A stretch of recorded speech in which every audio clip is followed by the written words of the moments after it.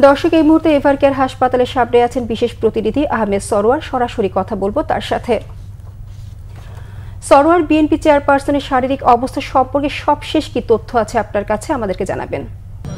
বেগম খালেদা জিয়ার শারীরিক সবশেষ অবস্থা জানতে হলে আমাদেরকে আর 1 ঘন্টা অপেক্ষা করতে হবে, কারণ বিএনপির পক্ষ থেকে একটা প্রেস রিলিজ দিয়ে জানানো হয়েছে, আমাদেরকে খুদে বার্তা দিয়ে জানানো হয়েছে যে বেলা 12টার সময় এইখানে বিএনপি স্থায়ী কমিটির সদস্য এবং বেগম খালেদা জিয়ার ব্যক্তিগত চিকিৎসক doctor AZM Zahid Hossain brief করবেন।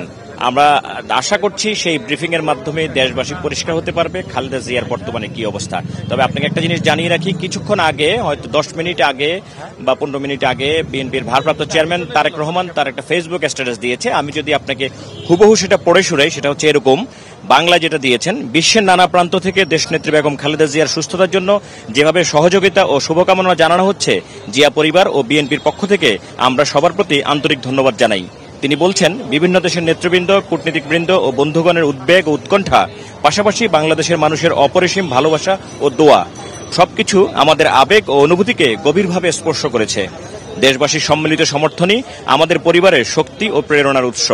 মমতাময়ী দেশনেত্রীর দ্রুত আরোগ্যের জন্য আমরা সবাই নিরন্তর দোয়া করছি। এই কঠিন সময়ে ঐক্য, সহমর্মিতা ও সংহতির জন্য প্রতিটি মানুষের প্রতি অসীম কৃতজ্ঞতা রইল। এইটা হচ্ছে তারেক রহমানের স্ট্যাটাস। এই স্ট্যাটাস কিছুক্ষণ আগে দিয়েছে এবং এর পরপরই আমরা জানতে পারছি যে খালেদা জিয়ার শারীরিক অবস্থা সম্পর্কে ব্রিফ করবেন ডাক্তার AZM জাহিদ হোসেন। তো এই স্ট্যাটাস একটা বার্তা বহন করে। এবার এটাই হচ্ছে আসলে সর্বশেষ অবস্থা। আমরা আশা করছি এবং এখানে যারা ভিড় করেছেন সবাই আসলে আশা করছেন তাদের উদ্বেগ এবং উৎকণ্ঠার অবসান হবে, ডাক্তাররা ভালো কিছু শোনাবে বেগম খালেদা জিয়ার।